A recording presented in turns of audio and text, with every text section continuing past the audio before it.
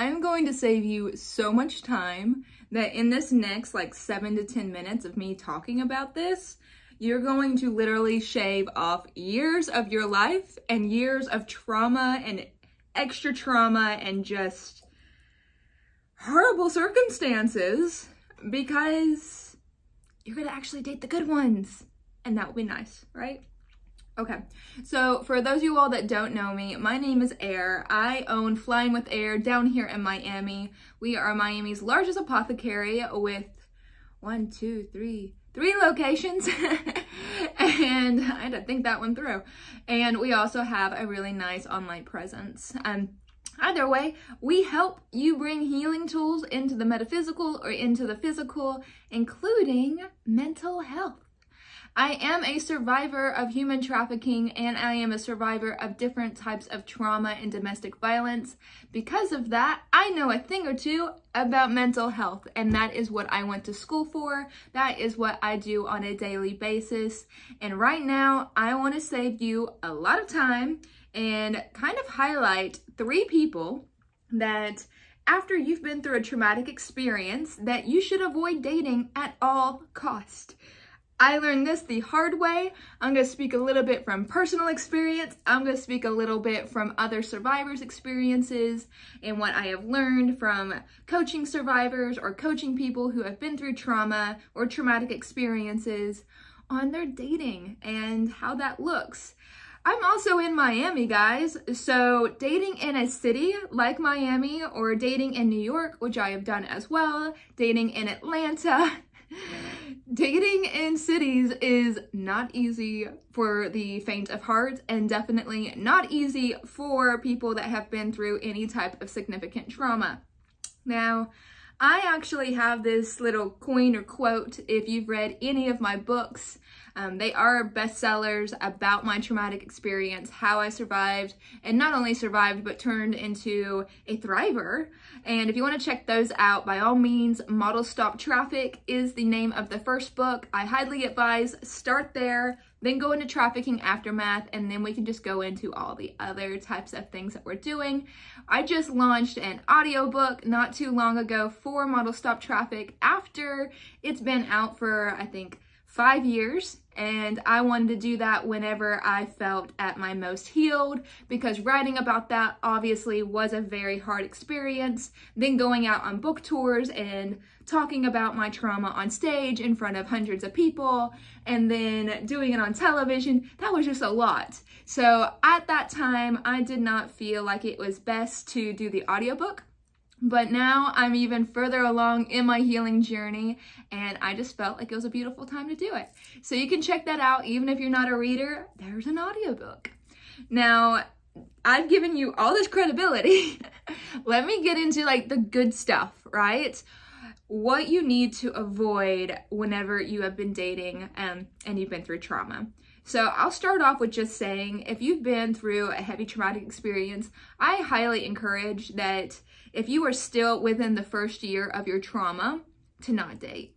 And that's something that I can go on a completely different soapbox, but you are still so much in your healing stage that any more of these wounds, even people that are safe to date and will take care of your mental health with you and, you know, will be there and good like support networks, it's just not the best time.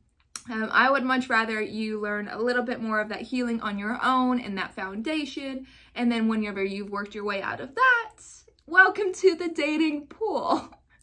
Because it's a battlefield, especially in 2022, 2023 type of years. It is the air energy of the world where everybody's like communication, go, go, go, and then not necessarily commitment to go, go, go. But that's, again, a whole different type of soapbox. So if you are past that 1 year, or you're even 10 years out, and you have finalized with either your physical trauma, your sexual trauma, if you've been through maybe a divorce and that was very traumatic, any type of trauma, to be honest with you, is going to be very applicable to everything I'm going to say right now. There is 3 people I'm going to consider them men. They can be women as well. I'm not trying to be a feminist on here right now. I love women, love men, but at the end of the day, I'm going to gear this towards my actual experiences and the ones I have learned through other survivors. So first man that you should 100% avoid dating after trauma.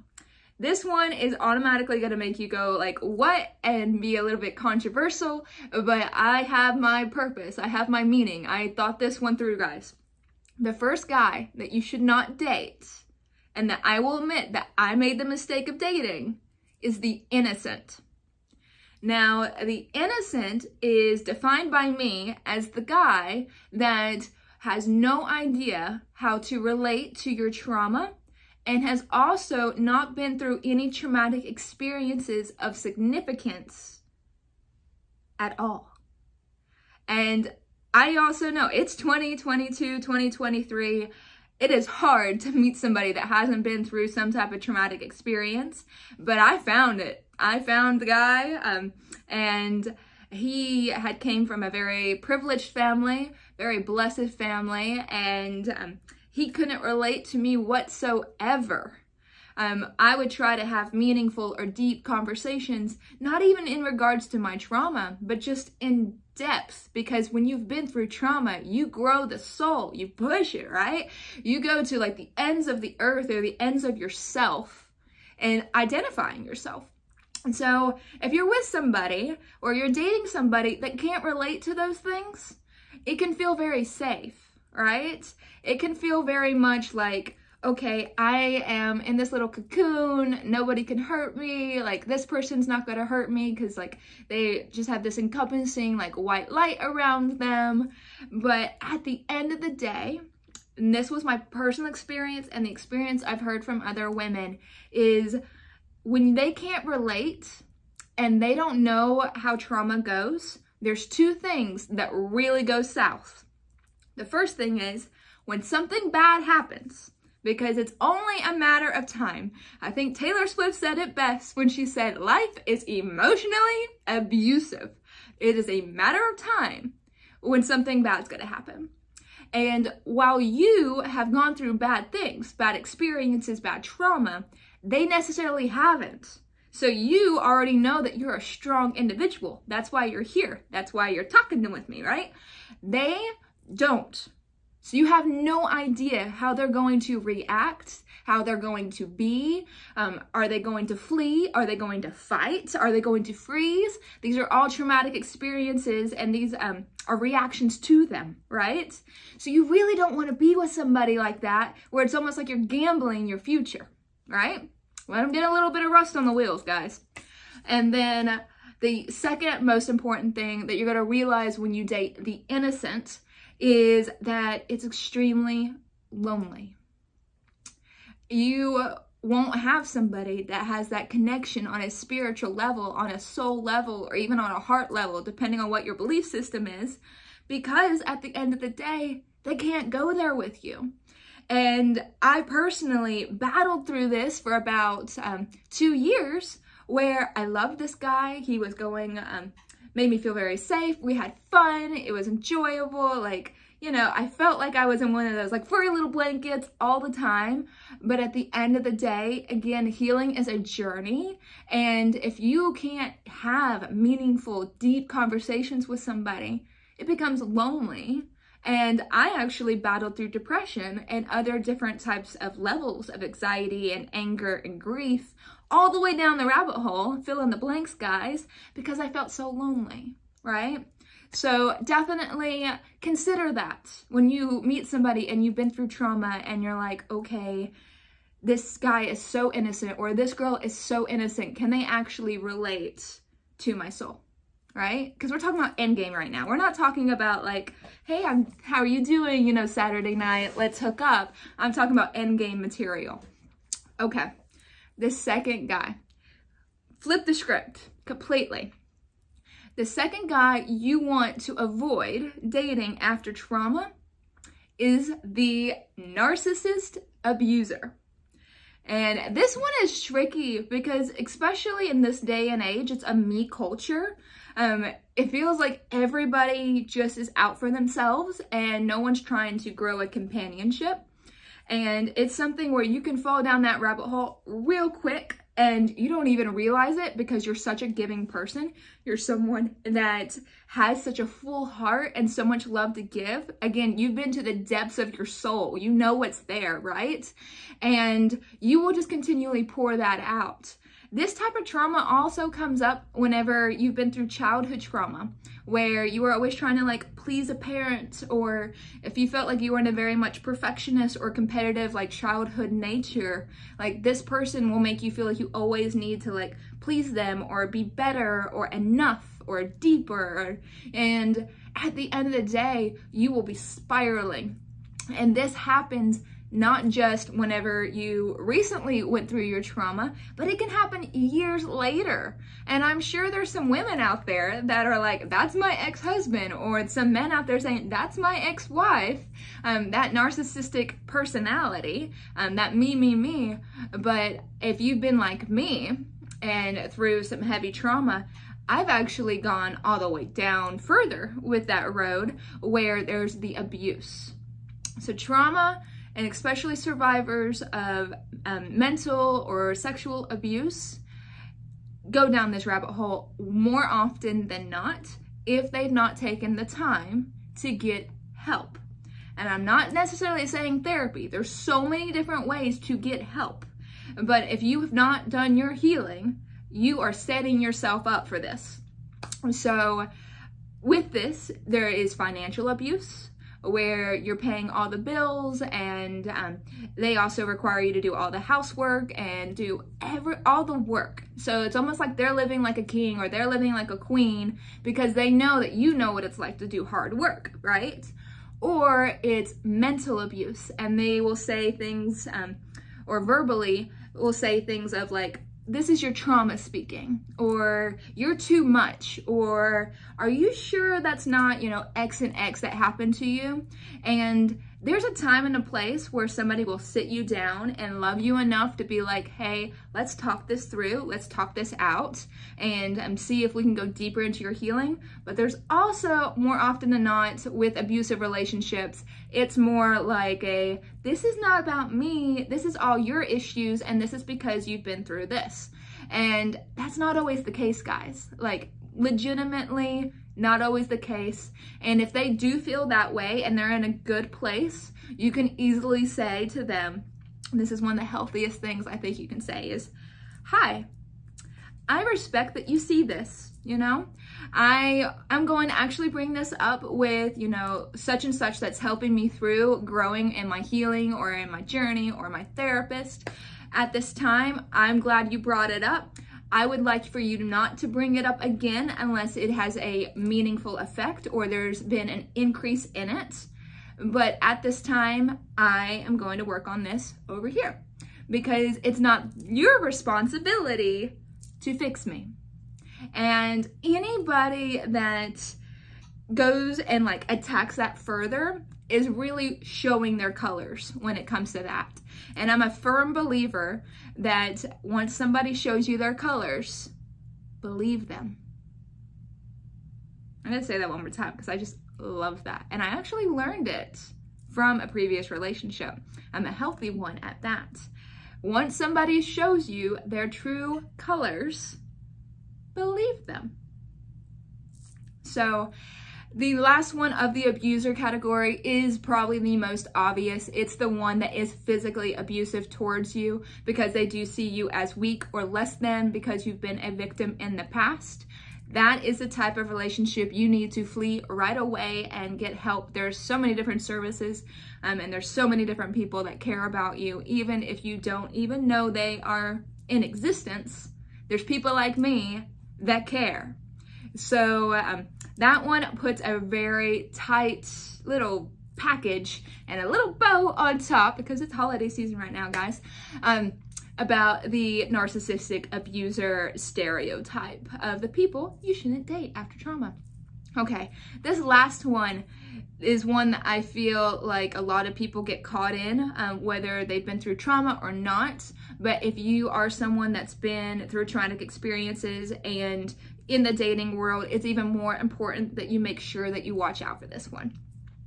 And it's going to really focus a lot on what your dating goals are. Again, if you're not dating for endgame, if you're just dipping your toe into the water, again, figuring out, is it safe, is it warm, is it, you know, cold, those type of things, this one probably won't be as applicable.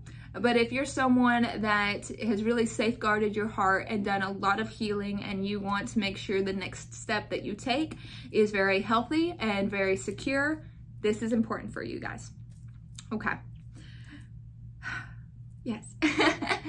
So this one is going to be the non-committal.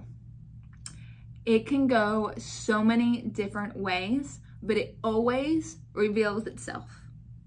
So the non-committal person is the person that is sometimes extremely loving, sometimes understands your trauma, maybe has even gone through trauma themselves and is on their healing journey and further along as well.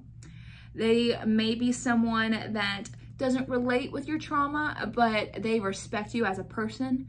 And it may be someone that really doesn't care or even acknowledge that you've been through something. And that is honestly a red flag in itself if somebody isn't even willing to talk to you about what you've been through or even acknowledge it, that it was important. But the non-committal person can be immediate or it can be long-term. And this one hurts the longer you let it go. So this is really going to be important for those of you all that are dating, that aren't currently in a relationship, to be very cautious of. And this is going back to the fact that I want you to build your foundations first. Your foundations of, you know, making sure you have your own place to live, you have your own money, you aren't dating for the wrong reasons, that you're taking care of your mental health, you're taking care of your physical health, you're maybe even taking care of, you know, some pets, if you got a dog, if you got a cat, but you're secure, you're sound, right? Then it's really awesome because you get to really identify, hey, I want somebody of an equal caliber that meets me where I'm at. Or, you know, maybe you want somebody even a little bit better and, you know, that you can grow with and inspires you to grow. So it is easy to see the non-committal guy there, because a non-committal guy there is not going to, how do you say it, string you along too long, because you're going to recognize that, you know, they just want a good time, or they only want like a short-term relationship for like a month or 3 months. And they'll probably show some other like red flags out there that just don't align with your goals of like a long-term commitment or even marriage, if that's what your like end game is. So with that, really setting your foundations and your expectations and being like, hey, this is what I want. Do you want this as well? Even if they say yes, make sure that you're taking your mental checklist to make sure that their actions and their words are aligning with those milestones. And I don't want to say that, you know, it has to be like a month and exclusive or anything like that. I just want you to be very recognizable with the fact that you've established this. You've said what you've wanted. You need to respect yourself and love yourself enough to stick with that. That is harder the longer you let it ride. This is why women that have been in relationships, or men that have been in relationships for 2, 3, 4 years, that wanted to be married and wanted to have children and wanted to be in a committed, you know, fulfilling relationship, feel like they're still kind of, you know, like waiting on the bench. Like, put me in, coach. And that is extremely painful, because at that point you've invested so much. In business, we call it sunken cost. But you've invested so much of your heart and your soul and your time. You've built memories with this person and nothing happened. And that is painful. And I don't want you to have that pain. So with that, I'm telling you, if you've already been in a relationship for years, or God forbid, decades, then if there's no progression, that is another exploitation of your time. And that is going to really, really dive into your mental health again and your security. And it's going to start to poke at the threads of the healing that you've done along this time. And with this, if you pull enough strings, it unravels. And when it unravels, a huge fallout happens. But now, if you don't have those foundations anymore because you've been building up this life with this person, it's harder to undo. And it's so painful, guys. Like, it will set you back months, if not years, of your healing journey, as well as you've got to start all over again. And that is so difficult, especially as you get older. You get a little bit more set in your ways. Some people say the dating pool like shrinks and all the good ones are taken. I don't know about that, but with that, I don't want you to waste time. If you want something, I want you to be able to go out and get it. I am here trying to like root you guys on, but that particular one, you don't necessarily have to even go through trauma to know how painful that one can be. And if not, it will cause trauma. So those are my top 3. Whether it's been personal experience or sitting down with other survivors, male, female, in between, didn't matter. We all agreed with these top 3. And I just wanted to just hop on here and share, because I don't want you to be in pain anymore. I don't want you to feel like you're failing. I don't want you to feel less than. And I definitely don't want it to deter you from your healing journey because you're going through these battles. So with that, again, if there is something that you disagreed with, or if there's something that you want to add in, by all means, it's part of my journey too. I love teaching. I love sharing. So by all means, let's start our dialogue together. A little bit of my accent came out there. Let's start a dialogue. But let's talk, right? Because if you guys are talking with me, I'm healing as well. And then I can share that with the other survivors that I work with. And it just, helps. It really helps. If any of this did, tweak something off in your brain, please let me know. I definitely just want to be there for you guys. So have a beautiful day. Hopefully this equipped you to be like, okay, I need to kind of think about this a little bit deeper. Or maybe it just was like that validation that you were missing for a moment, and now you can validate yourself. You're not alone.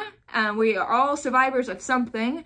And with that, I am going to sign off. Again, my name is Air, and I am very happy to talk with you guys about this. All right. Bye, guys.